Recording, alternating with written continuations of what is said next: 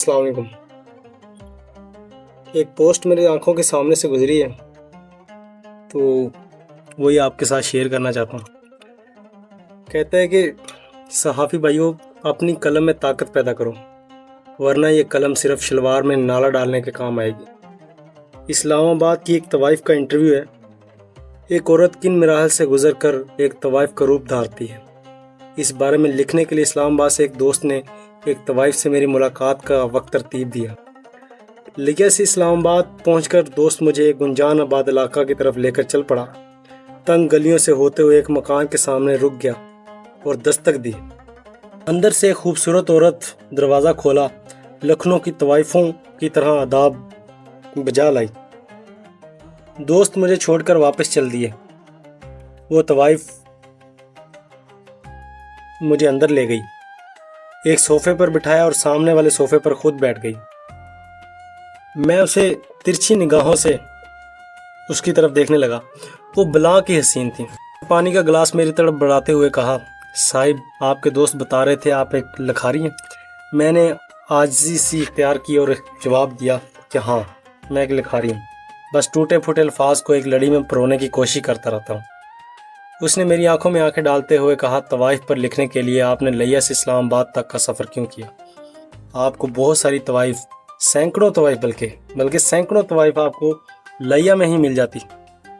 मैंने गुस्से से उसकी तरफ देखा। उससे पहले कि मैं कुछ बोलता, उसने सिगरेट का एक लंबा कश लगाया और अपने खूबसूरत होंठों से एक डायरी की मानंद धुआं छोड़ते हुए कहा, साहिब, आप भी लंडे के लिखारी लगते हो। एक कामयाब लिखारी अपने इर्द गिर्द होने वाले वाक़यात पर गहरी नज़र रखता है। उसकी बात सुनकर मेरे माथे पर पसीना नमूदार हुआ, लेकिन उसकी इतनी दानिशमंदाना गुफ्तगू मुझे हैरान कर रही थी।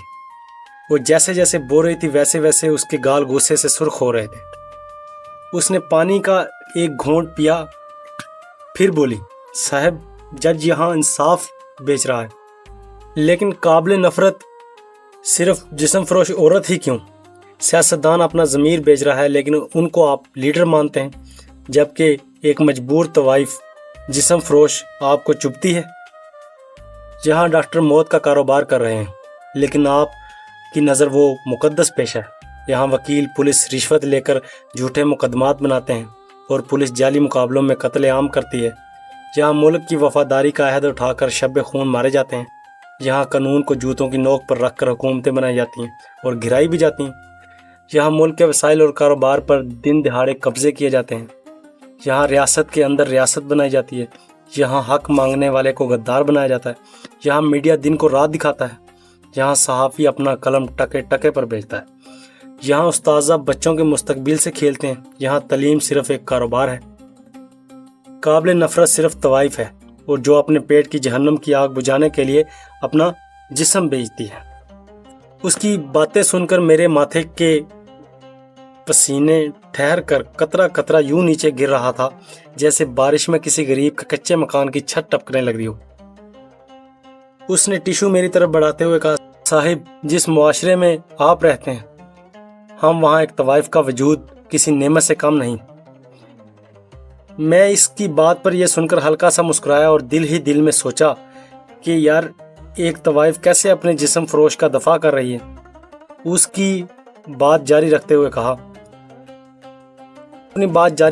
कहा, अगर हम तवाइफ उन मर्दनुमा भेड़ियों की आग ठंडी ना करें तो ये भेड़िए बिनते हवा को मासूम कलियों को मसल डालें और उनका गोश्त भी नोच कर खा जाएं। मैं जो दिल में कई सवाल लेकर लिया से चला था, वो सब गुम हो चुके थे। वो मुसलसल जा रही थी और मैं खुद को लिखारी दानिश्वर समझता एक तवाइफ की गुफ्तगू के सामने लाजवाब नजर आ रहा था। वो उठकर मेरे करीब बैठ गई और कहा, साहिब, आपने कुत्ते को पानी पीते हुए देखा है? उस अचानक सवाल पर मेरे मुंह से हाँ निकली। उसने सिगरेट का कश लेकर मेरी तरफ बढ़ाते हुए कहा, साहिब, शहर में बड़े बड़े लोग जो मसीहा का लिबास ओढ़कर आप जैसों को बेवकूफ़ बनाते हैं, वो हमारे पास आते हैं तो हमारे पाँव के तलवे इस तरह चाटते हैं जैसे कुत्ता पानी पी रहा हो। ये कहकर उसने दीवार पर लगी घड़ी की तरफ देखा तो मैं खामोशी से उठकर दरवाजे की जानिब चल दिया। उसने कहा, साहिब, अगर लिखारी बनना है तो जिस्म फरोश तवाइफों पर नहीं, बल्कि ज़मीर फरोश तवाइफों पर लिखा करो। پھر آپ کو لیا سے اسلام آباد آنے کی ضرورت نہیں پڑے گی۔ کچھ غلط تو نہیں بولا اس عورت نے؟